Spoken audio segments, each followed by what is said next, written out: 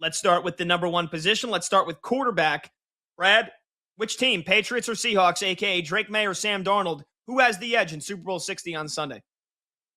It's really close, to be honest, but the deciding factor here is duality. Period of story. Drake May can make plays with his legs, whether call his own number on first down conversions or calling his own number inside the red zone. He could just beat you in a variety of ways. Sam Darnold can't do that. As brilliant and awesome as Darnold has been this NFL postseason, you have to give the advantage to Drake May, who has been top 7 in adjusted completion percentage, ultra accurate all year. I agree with you. I agree. I mean, look, I just think that there has been a severe elevating of Sam Darnold to the point where, like, so many people, and Mark Schlereth included, think that it's not really close, that Sam Darnold is, like, far and away has the advantage because he played really, really great, and I give him that in the NFC title game, and Drake May has kind of struggled. I think defenses have to be considered. I think the elements have to be considered. The game against Denver. This guy he's going to be the runner-up for MVP in all likelihood to Matthew Stafford. He had a dominant regular season. We're just forgetting all of that. 2 weeks to prepare. I know the Seahawks defense is really good, but I still think Drake May has the advantage. Let's get our producer Brandon Combs in here because I think he disagrees with us on this one, and I think he's going to disagree with us on a lot of these. So Combs, what do you think? Yeah, I'm on Sam Darnold in this one, and the reason being is just a guy who has been in the league for a lot longer than what Drake May has. One, I think he's playing behind the better offensive line, too. And I feel like Sam Darnold is one of those guys he doesn't have to use a duality because he's able to sit in the pocket. He's able to pick you apart. And with this New England Patriots secondary, I just think that it's prime picking for Sam Darnold, a guy who's completed 70% of his passes in the playoffs and damn near completed 70% of his passes all season long. I think it's Sam Darnold in this game. Okay, one more quick one. We will finish this a little bit later, but we do have to break it a bit because we got Allen Robinson joining us here in 5 minutes. So really quickly, running back position. For the Seahawks, it's mostly Kenneth Walker III, no Zach Charbonnet, but we did see George Hilani make a little bit of an impact. For the Patriots, it's mostly Ramondre Stevenson. Travion Anderson only had 4 touches in the AFC title game. Does that change, Brad? Which position or which team has the positional advantage at the running back position? Yeah, look, I think Ramondre Stevenson is underrated. He's outperformed my very low expectations here down the home stretch in the postseason. But Kenneth Walker III has to be the guy. Ultra efficient on a per-touch basis where you're looking at missed tackles forced, yards after contact per attempt, explosive rating. Mark Schlereth, we had him on the show yesterday, has been singing his praises. I love Walker III. Big edge in that category for Seattle. Yeah, I agree with a lot of what you said. I do think it's Kenneth Walker III. One other stat that I'll add on, Ramondre Stevenson's actually been really good with his ball security the last couple of games, but like he's been benched multiple times throughout the last 2 regular seasons because he can't stop putting the ball on the grass. You know how many times Kenneth Walker lost a fumble this year? 0. You know how many times he actually even fumbled the football this year? 1. That's going to be a huge aspect of this game on Sunday, whether or not Ramondre Stevenson coughs up the football, because if he does, Seattle's going to be looking to pounce. So everything you said, plus that, I'll give the edge to Kenneth Walker III and the Seahawks. Combs? Yeah, look, I think it's the Patriots here. I don't know what you guys... I know a lot of people keep talking about the fumbling problems, this and that. Travion Henderson this season had 1 fumble loss. Ramondre Stevenson had 2 fumbles with 2 fumbles lost. Like, it's not like they're fumbling the ball all over the place. And both of these guys are a two-headed monster with this New England Patriots offensive line. I think the Patriots have the edge here because Charbonnet is not in this game. Henderson didn't even touch. He had 4 snaps last week. Like they have no confidence. Yeah, they have no confidence in him at this point. Let's get to the wide receivers now, and I'll ask you between the Seahawks and the Patriots. And here are the names to know. Of course, for Seattle, we've got the guy that might win Offensive Player of the Year, Jackson Smith-Njigba, along with Cooper Kupp, Rashid Shaheed, and the great Jake Bobo. And then for the New England Patriots, you've got Stephon Diggs, Kayshon Boutte, Mac Hollins, Pop Douglas, and Kyle Williams. So, Brad, between the two teams, who's got the better wide receiving core and why? This is an equivalent battle to like Duke playing Mississippi Valley State. It's not remotely close. When you have JSN on the roster, you have a reigning or a prior Super Bowl MVP winner and Cooper Cup on roster. Al Robinson brought up Rashid Shaheed. Thank God he did. I have a ticket on him for a 20-plus yard reception at plus 165. Yeah! Love being on the same page with the great Allen Robinson. Far and away, it's the Seattle Seahawks, and nobody has an argument for the New England Patriots. It's going to be a sweep. Yeah, I'm close to making an argument for the New England Patriots, but when you factor in Jackson Smith and Jigba, and of course, like you have to, Right. that makes it definitively Seattle. I would say though, outside of the wide receiver ones, I would give the nod to New England, and I think the numbers back it up. You look at New England's receiving numbers here. Kayshon Boutte and Matt Collins both had 550 yards, and they had 8 touchdowns between the two of them. Cooper Kupp had 593, and he had 2 touchdowns. Outside of that, no other receiver on the Seahawks had more than 200 yards. Now, I understand they got Rashid Shaheed midway through the season, and of course, he's played a big role. And I love Rashid Shaheed, and he's got that over the top, take the top off, kind of talent here. But also, he's only got 1 catch in the playoffs. It was the 51-yarder on the first drive against the Rams. He had 2 carries for 27 yards against San Francisco, but he did have the punt return. But as just a receiver, he's got 1 catch in the postseason. So, he's that threat lingers, but he really hasn't done. He's got 2 plays, basically. 2 plays that he has executed at a high level so far this postseason. So if you take JSN out of the equation, and I know that's, like I said, you can't do that. But if you do, I would give the nod to New England. But because the Seahawks have the best receiver in football this season, I'd also have to give the nod to Seattle when it comes to the receivers. Combs, what do you got? No, I'm with you guys for everything that you said. I think it's Seattle. I mean, not just for the names on the back of the jerseys, but I think the depth. When you talk about Cooper Kupp, you talk about Jackson Smith and Jigba, all of the depth that they have over in Seattle, and you look at New England side of things, and you just don't have that. I mean, Stephon Diggs, sure, but we're pretty much at a shell of what Stephon Diggs used to be. So it's got to be Seattle at this one. This is one of the few that I agree with you guys on.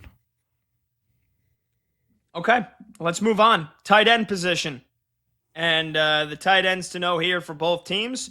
For New England, their number 1 guy is Hunter Henry, but you will occasionally see a little Austin Hooper in the mix. The 31-year-old had 2 touchdowns this season, although so far in the playoffs, he's only got 1 catch. His last touchdown came in Week 17 against the New York Jets. And for Seattle, it is A.J. Barner, who is also their push specialist, and A.J. Barner's got 6 touchdowns on the season.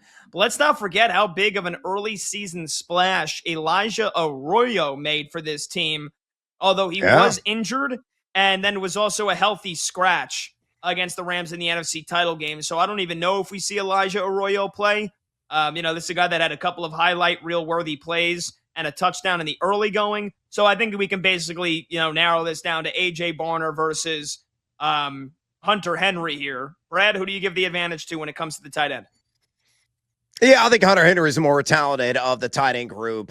No knock on A.J. Barner. He's maybe a little bit of moolah this season. Some of the player props markets that are out there has certainly had his moments inside the red zone, work in the middle of the field, even some of those short attempts, those tush pushes, as you already mentioned. But Hunter Henry is a guy that can really take advantage in the seam.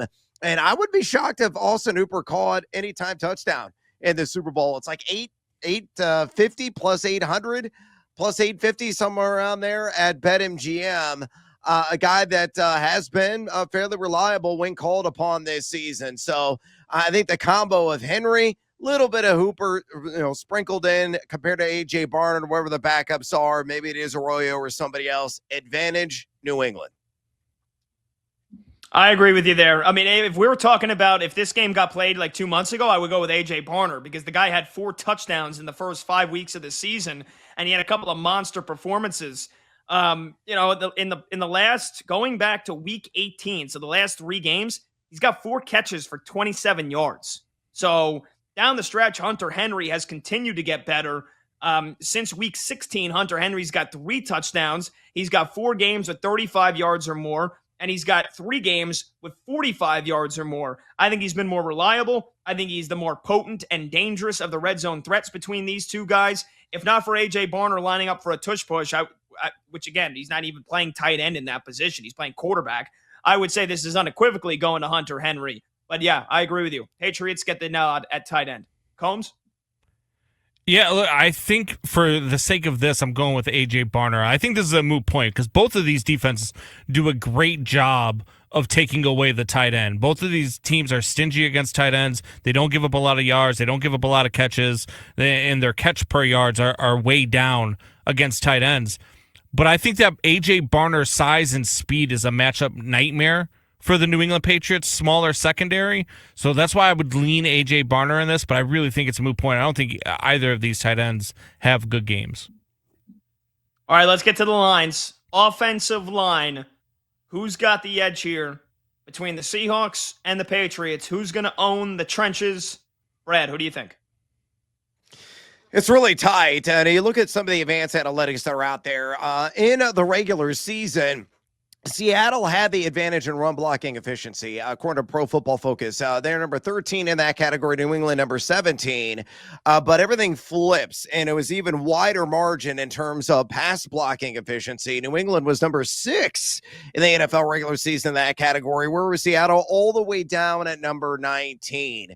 It is ultra close. We're splitting hairs here.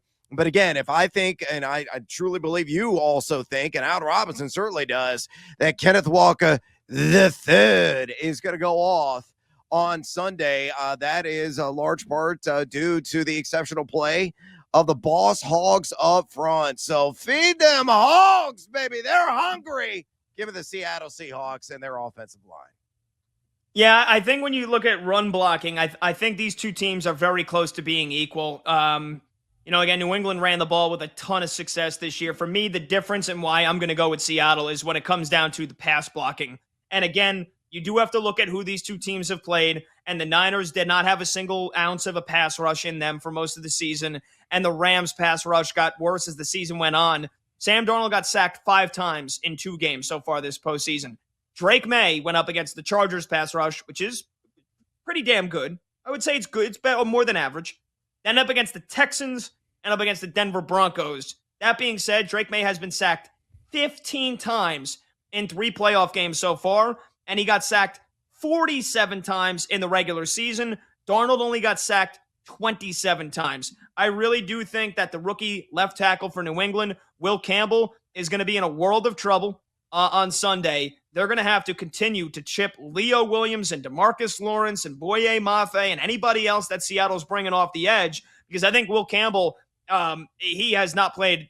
He's not had a really good postseason at all. To the point where after the game against the Texans or the Chargers, when he basically said, I don't give a bleep what anybody thinks. Well, you should at least be watching the tape because you have stunk so far. And I think protecting Drake May's blind side is of critical importance in this game. And New England has shown they've struggled to do that. So I'll give the Seahawks O-line the edge in this department. Combs?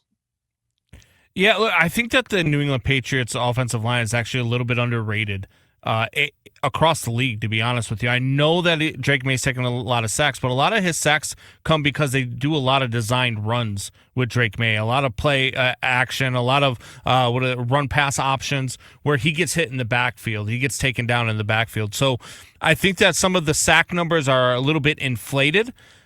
You're right when it comes to Will Campbell. He's going to have a hell of a game, but I think when it comes to these two, I really do think that New England's offensive line is very underrated, and I think that they might actually be the better offensive line heading into this game. Combs has found a way to go contrarian on just about every single one of these. Yeah, everything. Yeah, correct. Let's go. I mean, look, he's tried to make a decent case, though. I got to give him that much. Let's go defensive line. And I know that there's going to be some disagreement here. Brad, who's got the better D-line, Seahawks or Patriots? Yeah, I think you can make the argument that New England ratchets pressure a little bit better than Seattle, and some of the numbers really bear that out. Look at New England; they're top 8 in the NFL entering this game in pocket pressure rate. Really dialing up the heat here, 44% of the time, and they've really increased that in the NFL playoffs. Just ask, C.J. Stroud, some of the teams that they've already encountered here in this postseason. You look at Seattle, a team, though, that is far superior defending the run. They've been consistently inside the top 5 all year long in run defense. And you look since week 12, the number 3 in rush EPAD. And as I mentioned, why I love Kenneth Walker III in this game, you look at New England, they're number 17 in that category over the same span. So advantage Seahawks. And it's really, honestly, not that close. I disagree. I'm going with the Patriots here. I think their D-line is incredibly underrated, and I think this is a D-line that is peaking. It's a pass rush that's peaking. Again, when you look at the ability to stop the run, Seahawks get the slight advantage. I mean, as a team, which I know is not just the defensive line, but a lot of the times it's how well can you get pushed into the backfield? How well can your front 4 or front 3 hold up against the run? Seahawks number 3 in rushing yards allowed per game in the regular season. New England was number 6. They were 7 yards per game behind the Seattle Seahawks.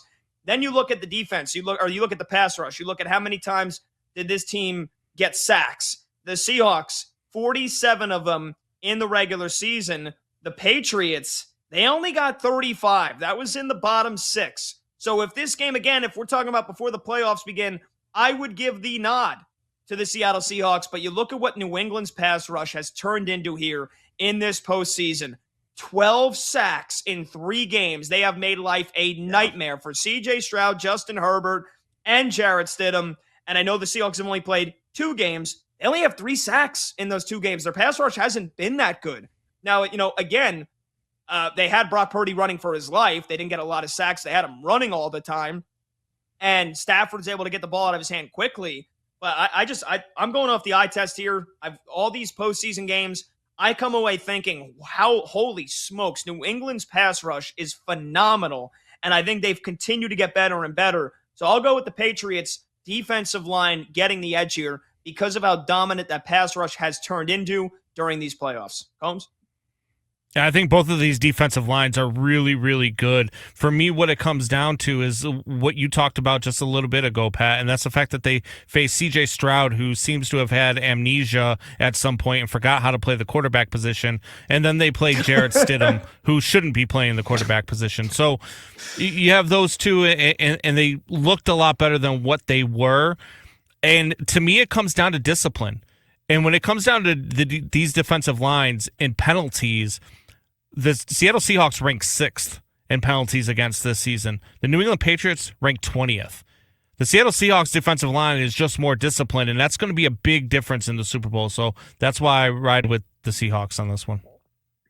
Okay, let's try to each hit this in 20 seconds or less. Last one, secondary, because I think we're all going to be in unison here. Who's got the better secondary? Brad?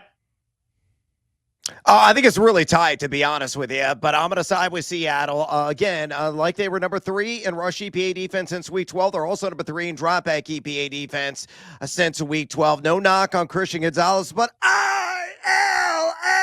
got to ride with Devin Witherspoon and friends. Yeah, and I great point. Christian Gonzalez makes this incredibly close because he's a top 5 corner in football, in my opinion. But you look at the overall balance that the Seattle Seahawks secondary has. You mentioned Devin Witherspoon, Kobe Bryant at strong safety. What Nick Emmanwori has done this year in the slot has been incredible. I can't wait to watch him if they line up Stephon Diggs in the slot or if he goes up against Kayshon Boutte or Matt Collins. Nick Emmanwori's only 21 years old, and he's turning into a star before our eyes. So the Patriots probably have the best defensive back on the field in Christian Gonzalez, but the better secondary, I'll give the lean to Seattle. Combs? Yeah, Christian Gonzalez, an absolute ball hawk, but if there's a weakness on this Patriots defense, it is the secondary. So I think Sam Darnold can have a good game. I think he can pick this secondary apart, and so I go with the Seattle Seahawks as well.